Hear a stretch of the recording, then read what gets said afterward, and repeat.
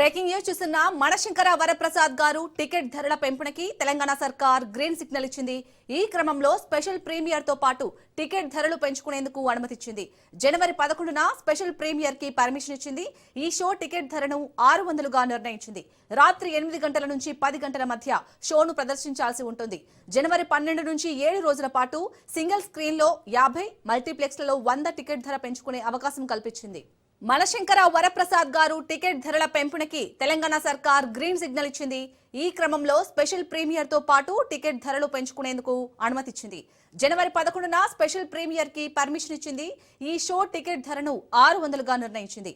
రాత్రి 8 గంటల నుంచి 10 గంటల మధ్య షోను ప్రదర్శించాల్సి ఉంటుంది. జనవరి 12 నుంచి 7 రోజుల పాటు సింగిల్ స్క్రీన్ లో 50, మల్టీప్లెక్స్లలో 100 టికెట్ ధర పెంచుకునే అవకాశం కల్పించింది. ఇదే అంశానికి సంబంధించి పూర్తి డీటెయిల్స్ ని మా ప్రతినిధి సంపత్ అందిస్తారు. సంపత్, మొత్తానికైతే టికెట్ ధరలు పెంచొద్దని తెలంగాణ సర్కార్ గతంలో చెప్పింది. బట్ ఇప్పుడు మాత్రం ఇటు మనశంకర వరప్రసాద్ గారు టికెట్ ధరల పెంపుకైతే గ్రీన్ సిగ్నల్ ఇచ్చింది. ఎలా చూడాలి?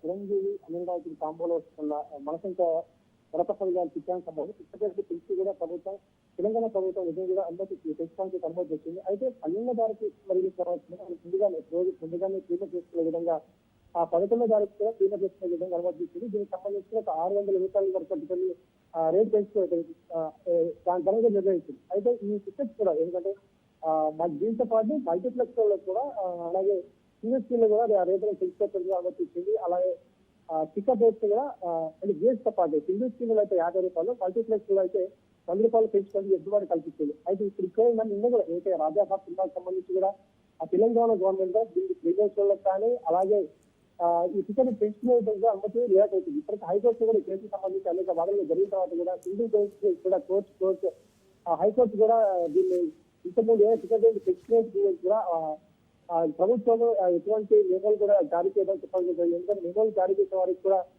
సరైన అవగాహన లేకుండా టికెట్ పెంచుకోవడానికి పదే చెప్పడం జరుగుతుంది. మీరు ప్రభుత్వం తరపు రేట్లు పెట్టడం, అనుమతులు ఇవ్వడం, మీరు వాటిని క్యాన్సిల్ చేయడం జరుగుతున్నాయి. మీరు పదే ఎందుకు చేసుకోవాల్సి కూడా ప్రభుత్వం హైకోర్టులో ఇందులో దీనిపైన రాజకీయ రిసర్చ్ చేసే పరిస్థితి. కానీ ఈ రోజు చూసేమో ఈ సినిమాకి ఏదైతే చిరంజీవి సినిమాకి కూడా దీనికి సంబంధించి పర్మిషన్ కూడా తెలంగాణ దానికి ఇవ్వడం జరుగుతుంది.